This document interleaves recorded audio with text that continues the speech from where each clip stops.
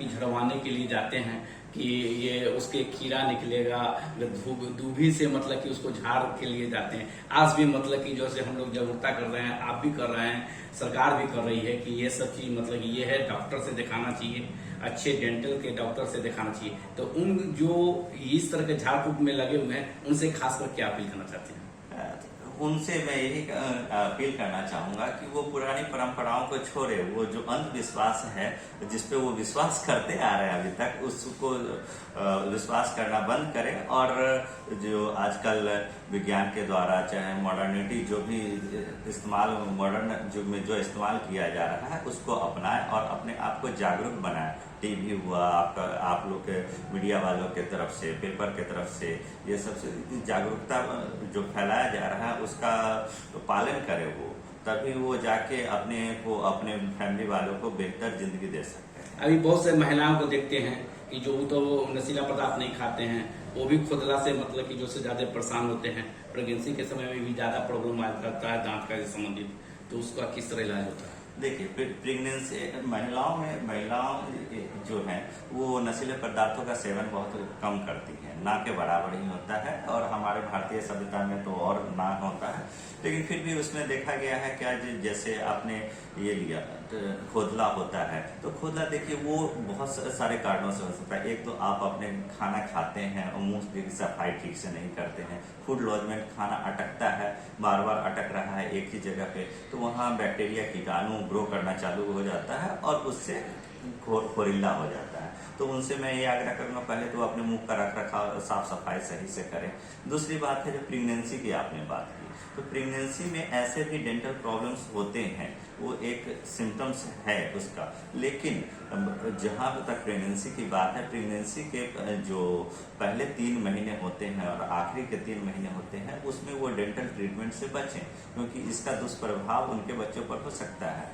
उसका चौथा, पांचवा और छठा महीना होता है वो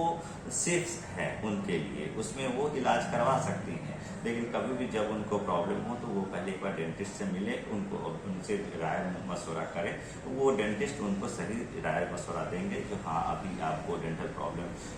का इलाज करवाना चाहिए कि नहीं करवाना चाहिए। अभी देख पहले मतलब इलाज नहीं होता था, टेढ़े मोढ़े और गैप का जो दांत होता था पहले इलाज नहीं होता था, अब जो है से उसका इलाज हो रहा है, गैप का भी इलाज हो रहा है, टेढ़े मोढ़े को भी सीधा किया जा रहा है। ये देखिए, पहले विज्ञान ने और साइंस ने बहुत कम तरक्की किया था, अब हमारे यहाँ भारत नया भारत हो गया, पुराना रहा नहीं। अब हमारे पास देश विदेश से तरह तरह की तकनीक आ रही है, नए नए चीज़ों को पढ़ाया जा रहा है, तो उसमें होता है कि, और दूसरा है जो लोग जो है ज़्यादा जागरूक हो रहे हैं। पहले सुंदरता को लेके उतने ये नहीं था, हाँ कैसा भी दांत है चलेगा, लेकिन अब क्या है, अब वो थोड़ा अपने कॉन्शियस हुए हैं उनको लेके। अब जो टेढ़े मेरे दांत रहते थे उसको सीधा करवाना रहता है, तो वो एक ऑर्थोडोंट आता है, ऑर्थोडोंटिस्ट ब्रेसेस आते हैं, उससे दांत को सीधा किया जाता है। साल भर का लगभग टाइम पीरियड लगता है और कैसे भी आ रहे टेढ़े दांत होते हैं उसको। पैरिया का भी शिकायत बहुत ज्यादा आ रहे हैं। देखिए, पैरिया का एक शिकायत इसलिए भी ज्यादा आ रहा है क्योंकि हमारे यहाँ चीनी की जो है शुगर, डायबिटिक पेशेंट ज्यादा है, जिनको डायबिटिक है उनको शुगर, उनको पैरिया होगा, ये थोड़ा कोरिलेटेड होता है। तो इसके लिए है जो पहले तो ओरल हाइजीन मेंटेन कीजिए, और दूसरा है जो अगर आपको पैरिया के ज्यादा शिकायत आ रहा है तो एक बार आप फिजिशियन से मिलिए, जो नॉर्मल डॉक्टर होते हैं, सामान्य चिकित्सक, उनसे, जो कहीं आपको डायबिटीज तो नहीं है,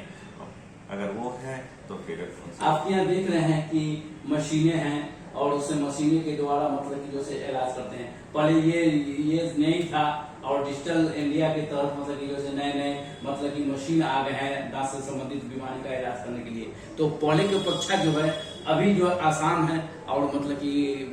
ज्यादा पहले दांत आप लोग निकालते थे तो मतलब कि ब्लड ज्यादा आता, अब उस तरह का है नहीं। देखिए,